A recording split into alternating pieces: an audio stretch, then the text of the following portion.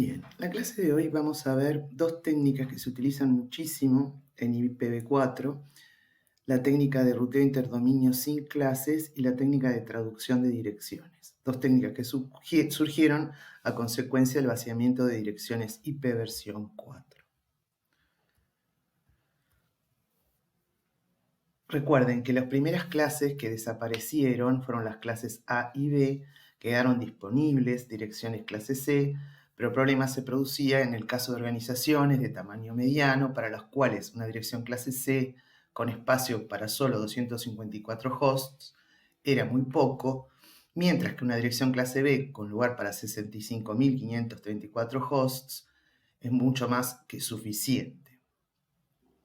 Si se le asignan a la organización varias direcciones clase C, el problema se traduce en un aumento dramático en el tamaño de las tablas de ruteo. Como respuesta a este problema surgió primero la RFC 1519, que más tarde fue modernizada por la 4632 en el 2006, que propone el esquema de ruteo interdominio sin clases. Es una estrategia totalmente nueva, revolucionaria, sobre cómo asignar el espacio de direcciones de Internet, aprovechando lo que ya hemos hablado de agregado de rutas, de tal manera que esta nueva forma de asignación y el agregado de rutas se complementan. La idea básica detrás de CIDR es la de asignar muchos bloques de direcciones o un bloque enorme de direcciones a cada proveedor ISP. Y a su vez, el proveedor de servicio de Internet puede repartir hacia adentro, hacia sus propios clientes o redes, a partir de ese bloque. Cada red se va a reconocer por su máscara y no va a haber sujeción al esquema de clases viejo, es decir, se borra el esquema de clases. De esta manera se logra que clientes de un determinado proveedor de servicios sean ruteados por ese proveedor y su infraestructura. El costo técnico de todo esto resultó en la implementación de nuevos protocolos de ruteo interdominio sin clases. La idea final es la del agregado continuo en un bloque contiguo de direcciones, por eso se habla de agregado continuo de redes, para armar superredes o lo que se conoce como supernetting, en oposición en cierto modo a subnetting. Entonces surge, considere, una nueva notación para referirse a una dirección IP. Ya que deja de existir el concepto de clases, no hay forma de entender, sin el concepto de clases, a qué cantidad de hosts se refiere una dirección, bajo la notación CIDR, si no va acompañada por la máscara. Entonces las direcciones se escriben como 4 decimales separados por puntos, pero barra y el número NI quiere decir la máscara. Una notación que ya vimos en clases anteriores. Entonces esto genera un método de asignación a partir de prefijos de red. Siempre debe estar de acuerdo a la topología que subyace para mejorar la situación del escalamiento y el sistema de ruteo global. Si se tienen en cuenta siempre para ofrecer un bloque las necesidades precisas del que solicita el bloque. Por ejemplo, si una organización precisara 6.000 direcciones, se le va a otorgar un bloque de 13 bits, porque 2 a la 13 es 8.190, y con ese bloque se cubren sus necesidades. Recuerden que en el esquema tradicional de clases se le otorgaría un bloque clase B que tiene 65.534 direcciones, así que estaría muy mal usado, poco eficiente. Después también es cierto que sobre los bloques IDR se puede aplicar subnetting, pero al esquema en sí se lo considera como un esquema de supernetting. Otro ejemplo, un bloque, por ejemplo, 185.11.142.0/22, recuerden que en el viejo esquema 185 numeración clase B es 1/24, así que miren, acá tenemos una dirección vieja, clase B, pero con una máscara /22. Esto quiere decir que entonces los primeros 22 bits son el identificador de red y el espacio que queda, en este caso 2 a la 10 menos 2, tiene lugar para 1022 hosts. Otro ejemplo, por ejemplo, podría ser que hacia la dirección 192.168.12.0, que es una clase C originalmente, se le aplica una máscara /23, de este modo se representa el rango que va desde 192, 168, 12, todos ceros, hasta, lo que está en azul es para que entiendan mejor, hasta 12 y todos unos. O sea que eso sería la 13.255. Esto también se puede entender como el agregado de dos subredes clase C, la 192.168.12.0 y la 192.168.13.0. Entonces, decir la dirección IP 192.168.12.0 /23 es como estar hablando de estos dos bloques clase C /24. Lo notable es que la parte de red de la dirección IP puede ser de cualquier número de bits, aún fuera de los límites que imponía el esquema clásico de clases. Siempre hay que pensar en este esquema de asignación en la necesidad. Por ejemplo, si alguien necesita 1000 máquinas, se le va a dar un bloque de 1024 direcciones que se va a representar con un número IP /22. El asunto es cómo hacer el ruteo. Bien, aparte del agregado de direcciones, se empieza a aplicar lo que llaman el ruteo longest match. Acá vemos un ejemplo de 3 bloques de direcciones IP, por ejemplo, 192.168.43, 168.44 y 45. Esto un poco para explicar lo del agregado o supernetting. Si desarrollamos las direcciones en binario, como en este caso, ¿se acuerdan cuando hacíamos subnetting nos movíamos hacia la derecha? Para hacer supernetting nos movemos al revés, hacia la izquierda, buscando cuál es el prefijo común a estos 3 bloques que se querrían agregar. Y entonces surge una superred que vamos a denominar 192.168.40/29. Entonces, en el entorno sin clases se cambia el concepto de dirección IP y ahora se lo combina con BSML. Siempre los rangos de direcciones tienen que ser contiguos, después el espacio se puede subdividir según las necesidades, los bloques son de tamaño arbitrario, también según la necesidad, y nada se podrá decir del bloque si no se conoce el prefijo. O sea que esta forma nueva, CDR, provee un método a la autoridad de asignación y flexibilidad a los que reciben los bloques.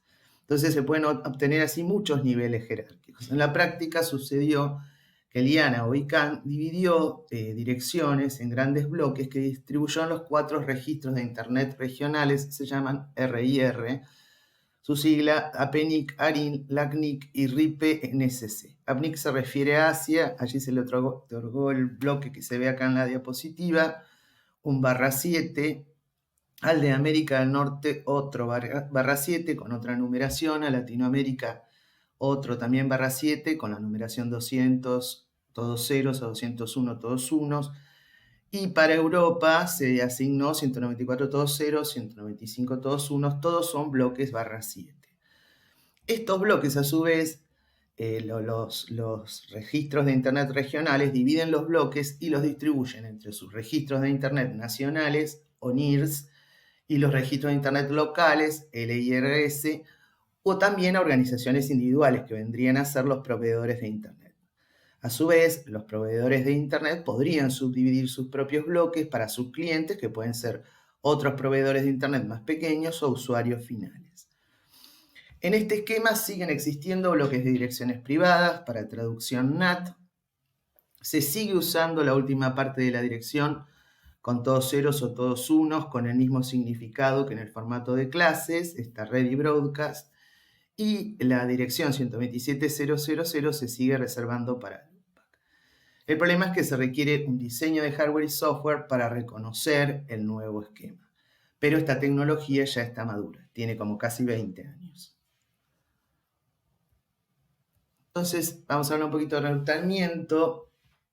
La técnica que dijimos de supernetting lo que permite es que muchas redes se agrupen bajo un mismo prefijo y entonces se puedan alcanzar por medio de una sola línea o muy pocas líneas en la tabla de red de ruteo.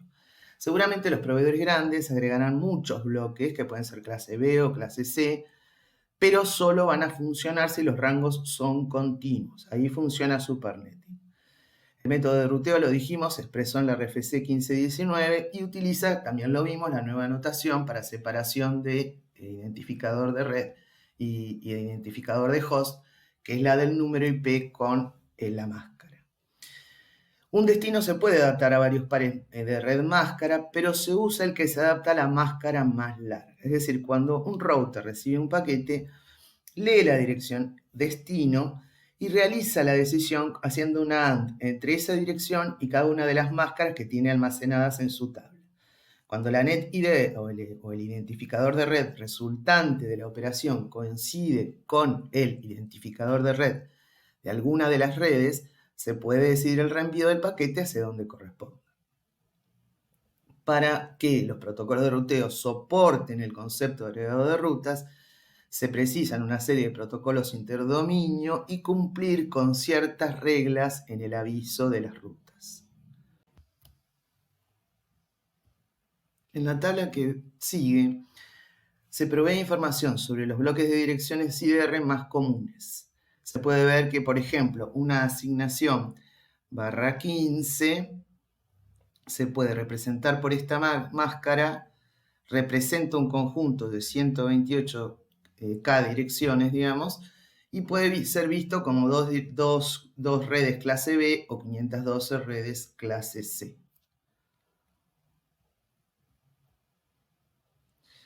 Esta diapositiva es un poco para remarcar la diferencia que había entre hacer subnetting, en donde el espacio se divide en todos pedazos iguales, o en hacer la máscara variable, donde uno podía dividir el espacio de acuerdo a las necesidades. Entonces, por ejemplo, supongamos que el bloque 208.128.0.0/11 es un bloque CDR que tiene más de 2 millones de direcciones y que corresponde o se le ha asignado a una empresa X. Hay otra empresa, por ejemplo, que designaremos como Y, que le alquila a X una conexión a Internet y X le otorga el bloque 208.130.28.0/22, capaz de admitir hasta 1024 direcciones IP. A su vez, la empresa Y utiliza parte de su bloque para alojar, por ejemplo, servidores públicos. Entonces, para ello, por ejemplo, elige el bloque 208.130.29.0/24, una de cuyas direcciones, por ejemplo, es 208.130.29.33. Por ejemplo, y va a usar esa dirección para instalar, no sé, un servidor web.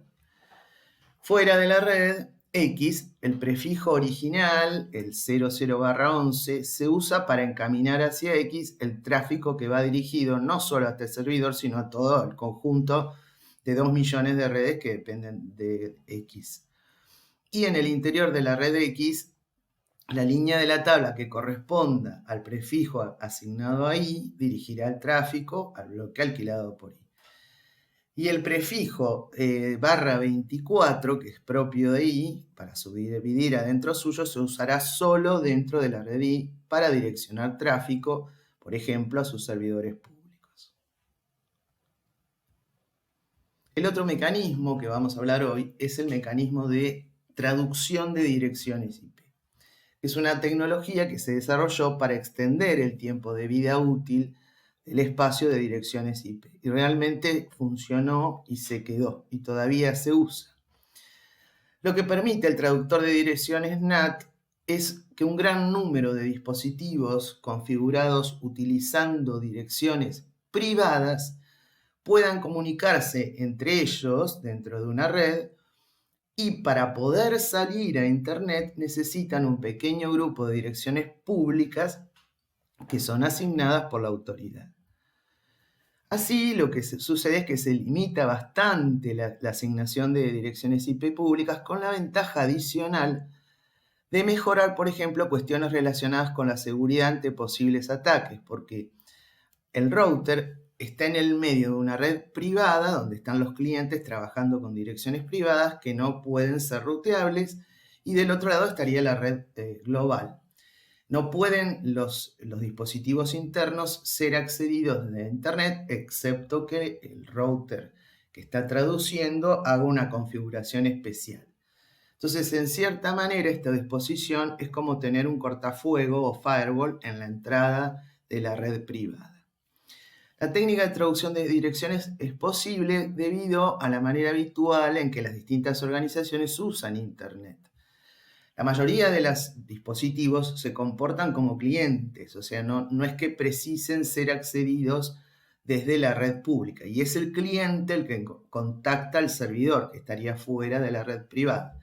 En general, las aplicaciones tipo servidor no necesitan iniciar ellos la conexión hacia el lado cliente. Estadísticamente, para el momento en que NAT comenzó, las grandes redes que estaban conectadas a Internet, a pesar de tener muchos dispositivos, no todos accedían a la red al mismo tiempo. Por ejemplo, cuando se navega Internet, las conexiones realmente suceden al momento de descargar las páginas. El resto del tiempo, el usuario generalmente lo que hace es estar leyendo la información descargada. Entonces, esto hace posible que un gran número de direcciones privadas internas puedan compartir, ahora vamos a ver cómo, un pequeño número, un número mucho menor de direcciones públicas globales.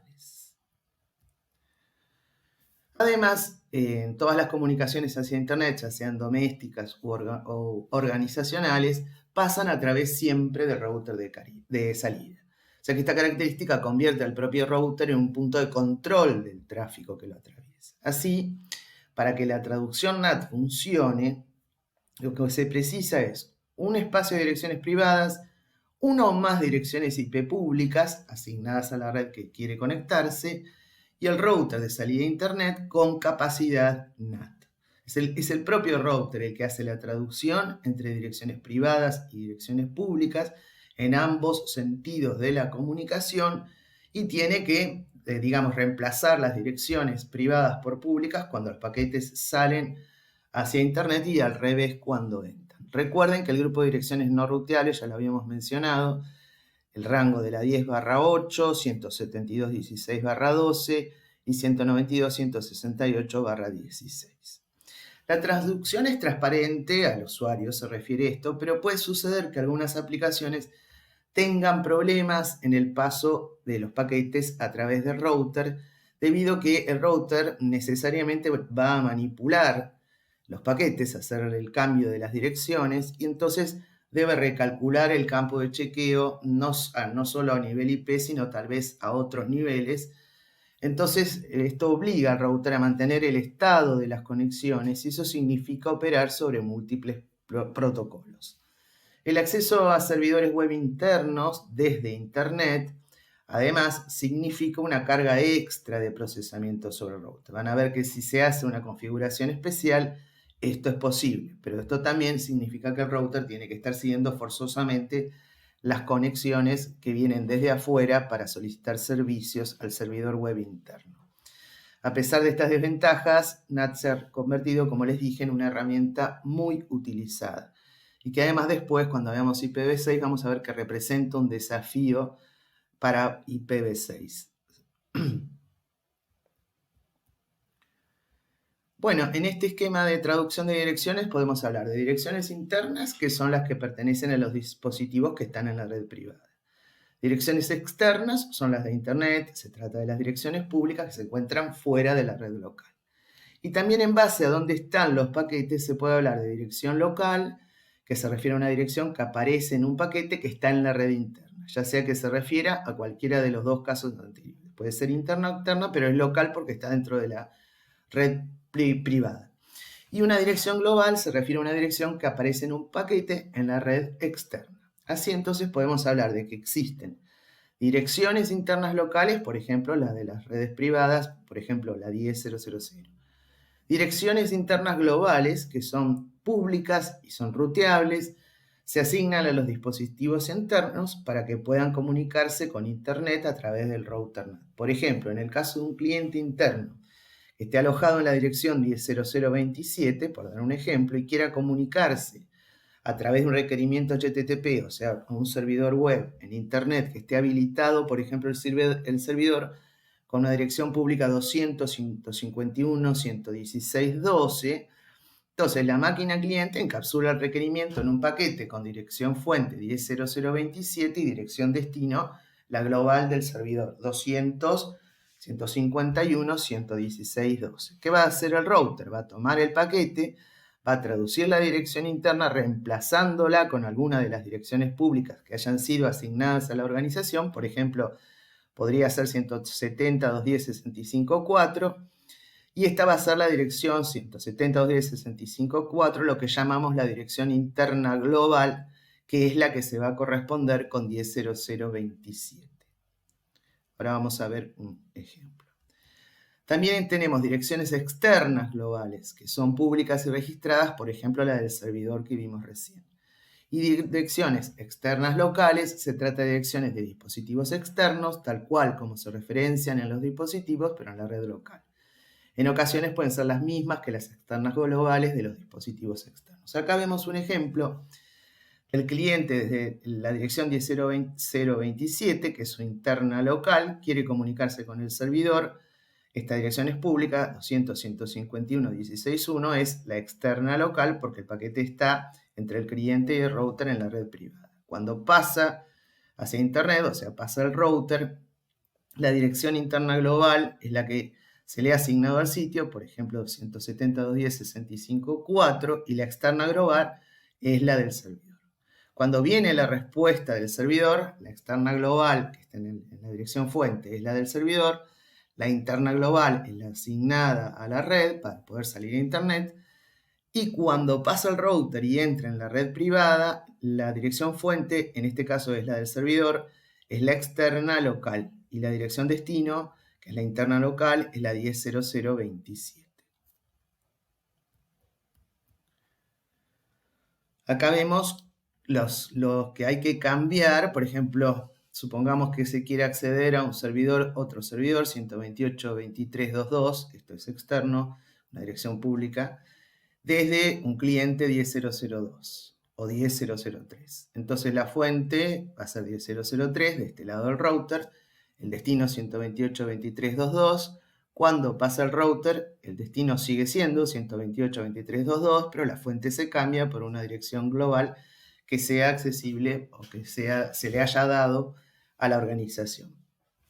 Y entonces en el NAT se instala en una memoria una línea que, digamos, relaciona la dirección interna local, 10.003, con la dirección IP global interna, 179.9.880 en este caso, y se guarda también la dirección IP global externa.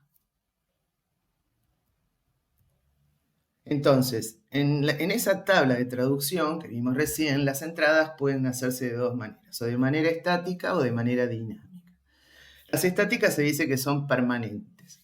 Por ejemplo, supongamos que a un dispositivo 10.0027 privado se le quiere asignar una dirección interna global fija para siempre, permanente, 172.10.65.4. Este mapeo estático es ideal para dispositivos que necesitan ser representados siempre con la misma IP pública. Y esto sucede cuando en realidad la organización quiere instalar un servidor y hacerlo ver, digamos, desde Internet. El tipo de mapeo entonces sirve para lo que se llama transacciones inbound, que se inician en la red pública y están dirigidas a un servidor de la red interna. En estos casos la configuración es manual y no se permite compartir estas direcciones IP con otros dispositivos en la red interna. También se habla de que esta forma de comunicación se la conoce como el problema de la dirección escondida, ya que desde Internet se precisaría acceder a una máquina, por ejemplo, un servidor que se encuentra configurado con una dirección privada no ruteable, y por este motivo el mapeo estático es la única solución que permite que la dirección global asignada sea públicamente conocida. También pueden existir entradas dinámicas en las tablas del router NAT, que se generan en los casos que se asignan las direcciones para la comunicación, pero a demanda. Es decir, se asigna para el momento de la comunicación y luego de ser usada, se descartan las entradas de la tabla que guardan la información. Esto es como para compartir lo que se llama un pool de direcciones públicas, un conjunto de direcciones públicas que es mucho más chiquito que el de las direcciones privadas internas. Entonces, de esta manera se pueden compartir las direcciones que llaman internas globales. También es posible que en un router funcionen ambos tipos de mapeo, porque se precisa dar salida a Internet a la mayoría de los hosts como clientes, pero también se pueden ofrecer servicios. Hay una posibilidad que más sofisticada de NAT, que es, digamos, amplía todavía lo que hace el mapeo dinámico y que consiste en el uso de puertos para multiplexar las direcciones privadas sobre una única dirección IP pública. Primero vamos a hablar un poquito de lo que son los puertos. Acuérdense que los números de puerto existen a niveles, por ejemplo, TCP o UDP, para identificar conexiones entre dos direcciones. Se trata, en el caso de TCP-UDP, de números de 16 bits sin signo, es decir, que existen 2 a la 16 puertos posibles, que van a ser asignados por la aplicación, ya sea emisora o receptora. En términos generales, estos puertos se pueden clasificar en dos categorías, bien conocidos y efímeros. Los puertos bien conocidos son asignados por el IANA y tradicionalmente estaban en el rango de 0 a 1023, ahora no, hay muchos más números, y las aplicaciones que usan este tipo de puertos son ejecutadas siempre como servidores y permanecen entonces a la escucha de conexiones. Algunos ejemplos de puertos bien conocidos son el del servidor FTP, el puerto 21, el de login remoto seguro SSH, el puerto 22, el del correo, el puerto 25, el del servidor web, el puerto 80. Por su parte, los puertos efímeros son los que emplean los clientes de manera temporal cada vez que intentan conectar con los servidores y comprenden el rango superior al número 1024. Entonces, todo esto viene a que es posible multiplexar por puerto una única dirección entre varios usuarios. Por ejemplo, este sería el caso, en este caso, por ejemplo, el host 10.0.0.2 desde el puerto 7000 se quiere comunicar con un servidor web en la dirección 202.10.55.2. Entonces, utilizando una única dirección IP asociada también con un número de puerto, en este caso, fíjense, se cambia la dirección IP y también se cambia el número de puertos. Esto debe de estar almacenado en la tabla del router. Entonces el router guarda este conjunto, la dirección, digamos, interna con su puerto asociada a la dirección global con este otro puerto y la dirección destino, que sería en este caso un servidor web. Y de este modo es posible que si hubiera acá otro cliente, pueda salir con la misma dirección IP pública, pero con otro número de puerto.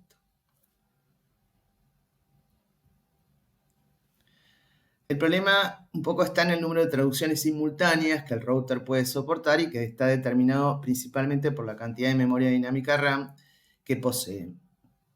Teniendo en cuenta que una línea típica en la tabla más o menos consumirá unos 160 bytes. La desventaja de NAT también es que hace más lento el proceso de transmisión y limita el número de sesiones total en el router. Además hay que recalcular, por ejemplo, el checksum de IP, el de TCP, es decir que acá se destruye lo que sería el concepto end-to-end, entre usuarios finales. Acá va a haber intermediarios entre los usuarios finales. También puede pasar que muchas veces una máquina en Internet no pueda iniciar una comunicación con la red privada, no puede verlo, excepto que esté configurado el NAT. Y también es un problema tratar de comunicar dos máquinas que están detrás de un NAT entre sí. Eso vamos a verlo cuando veamos mecanismos de transición en IP versión 6. Además, hay aplicaciones que llevan adentro en sus mensajes direcciones IP y entonces podrían llegar a ser modificadas por el NAT. Bien, la siguiente clase vamos a ver un poco cómo es la configuración dinámica de IP versión 4. Muchas gracias por su atención.